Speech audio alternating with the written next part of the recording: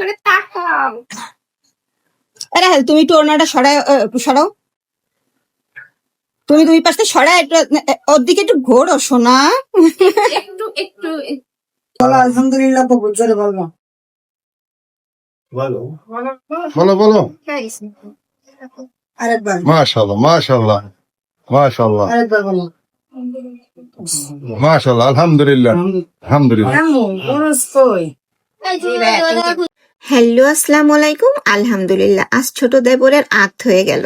এই যে আমার দেবর, ও আমার সাথে আমার গাড়িতেই যাচ্ছে। পাশে বসে আছে আমার বড় নন্দাই, আর পেছনের গাড়িতে অন্য সবাই আছে। মনিররা 5 ভাই 3 বোন, 8 ভাই বোন। আর সব থেকে শেষে এই যে আমার ছোট দেবরের বিয়ে হচ্ছে। মাশাল্লাহ, আমাদের বাড়ির সব থেকে ছোট সদস্য আজ আমাদের বাসায় যাবে। অবশ্য আজ ওকে নিয়ে যাব না, আজ আত করবো, এরপরে আমরা অনুষ্ঠান করব, প্যাক খেলবো। প্যাক খোলা বোঝেন তো, কাদায় লুটোপুটি খাওয়া। গ্রামের বিয়েতে কখনো গিয়েছেন? আমি বেশ কয়েকবার গিয়েছি, যেহেতু আমার শ্বশুর বাড়ি গ্রামে, আর আমাদের এই বাড়ির সব থেকে ছোট সদস্যের এবং শেষ বিয়ে।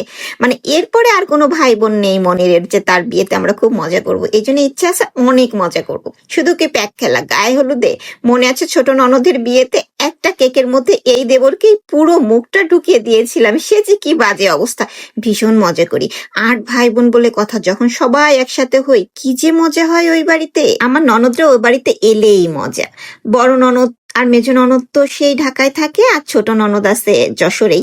তবে ওরা কেউ আসেনি এই বিয়েতে। যে শুধু আসেনি সেটা না, বিয়ে বাড়িতে আসেনি সেটা না, তারা বাবার বাড়িতেও আসেনি। কিন্তু 3 নন্দাই এসছে। 3 ননদ না আসলে জমে না, যদিও নন্দাইরা অনেক মজার। তো 3 ননদ যখন আসবে আমরা সবাই যাব, খুব বড় একটা আনন্দ করব। মনিররা 5 ভাই 3 বোন, আর 5 ভাইয়ের মধ্যে সব থেকে বড় বউ আমি, আর পাশে আমার ছোট, মানে সবার ছোটটা, তার পাশে আর একটা। আজকে আমরা 3 বউ গিয়েছিলাম, আর একজন অসুস্থ, যেতে পারেনি। আর নতুন বউ, মোট 4 বউ আমরা এক জায়গায় ছিলাম। ননদরা যেহেতু কেউ আসেনি, 3 নন্দাই শুধু এসেছিল। মানে এই তো ঘরের মাত্র কয়েকজন যে আত করে আসলাম, দেবরকে ওখানে রেখেও এসেছি। পরে মহা ধুমধামের মাঝে তাকে তুলে আনা হবে। আমার এই ছোট দেবরকে আমি কোলে পিঠে বড় করেছি, এটা বললে কিন্তু ভুল হবে না।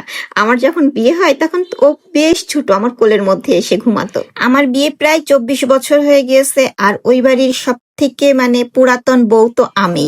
অবশ্য পুরাতন বউ এটা বলা যাবে না, আমাদের আগে বিয়ে হয়েছে আমার মেজো যারা লাভ ম্যারেজ, যেহেতু ওদের আগে হয়ে গিয়েছিল। তারপরে তো আমার, আর আমার পরে সবগুলো ননদ দেবর সবগুলোর বিয়ে হলো। তার মানে তো বুঝতেই পারছেন 24টা বছরের পুরাতন বউ আমি। আলহামদুলিল্লাহ, অনেক দায়িত্ব কর্তব্য পালন করার সুযোগ দিয়েছিলেন আল্লাহ তাআলা আমাকে। বাবা মা ভাই বোনের জন্য অনেক করেছি, অনেক দায়িত্ব পালন করেছি। এই ধরনের কথা কখনোই বলবেন না, কারণ কি জানেন, এটা কিন্তু বড় একটা সৌভাগ্য দান আল্লাহ তাআলা আমাদেরকে দেন। সবাই কি করতে পারে বলেন? আমি আমার এই ছোট ভাই বোনদেরকে অনেক ভালোবাসি। দেখেন মনে হচ্ছে কত বড় হয়ে গেছে, কিন্তু ওই যে বললাম কতটা ছোট, যে আমার কোলের মধ্যে ঘুমাতো, আজ তাকে বিয়ে দিচ্ছি। দেবরটা যখন 3rd ইয়ারে পড়ে তখনকার একটা কথা বলছি। সেটা হচ্ছে আমাকে 3rd ইয়ারে পড়ে তখন বলছে, ভাবি আমার মোজা কিনা লাগবে, একটা স্যান্ডো গেঞ্জি কিনা লাগবে। আমি তো একটা বকা দিলাম, যেহেতু ওদের আমি কখনোই বকি না, তারপরে বকা দিলাম যে তুমি তো বড় হচ্ছ, এবার থেকে নিজেরটা নিজেই করবা, তো যাও এগুলো যে কিনে নিয়ে আসো। দেখলাম মুখটা খারাপ হয়ে গেছে, মনটা একদম কালো হয়ে গেছে।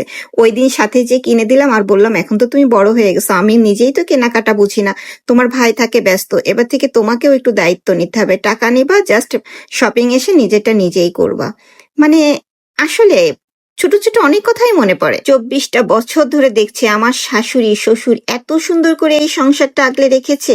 তার প্রত্যেকটা ছেলে মেয়ে অসাধারণ। মানে এদের কখনোই কেউ কোনো মন্দ দিকটা বের করতে পারবে না। এই যে আমার 3 নন্দায়ের সাথে আমার দেবর এবং দেবরের বউ, বড় ননদ, মেজ ননদ, ছোট ননদ, 3টা ননদের বেলায় ভীষণ মজা করেছি। ওদের বিয়েতে যে কি আনন্দ করেছি। এখানে আমরা অনেক দুষ্টুমি করছিলাম। আমি বউকে বলছিলাম একটু সরে যাও, আমার দেবরের সাথে ভালোভাবে কয়েকটা ছবি নিয়ে নি। মেয়েটা লজ্জা পাচ্ছিল।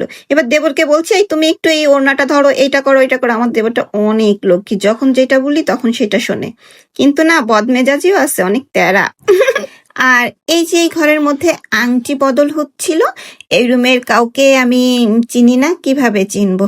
সম্ভবত মেয়ে পক্ষের। আর আমরা নিজেরা তো অল্প কয়েকজন গিয়েছি, মেয়ে পক্ষের সবাই ছিল মেয়ের বাড়িতেই। তবে না বাড়িটা কেমন যেন ফাঁকা ফাঁকা লাগছিল। সব আত্মীয় স্বজন ওদের এসেছে ঠিকই, কিন্তু মেয়ের আর কোনো ভাই বোন নেই, একটাই মাত্র মেয়ে এই বাড়ির। এই জন্য মানে হাত ধোয়ানোর সময় ভাবিরা ছিল, তাদের হয়তো কাজিন ভাবি টাবি সবাই এসেছে।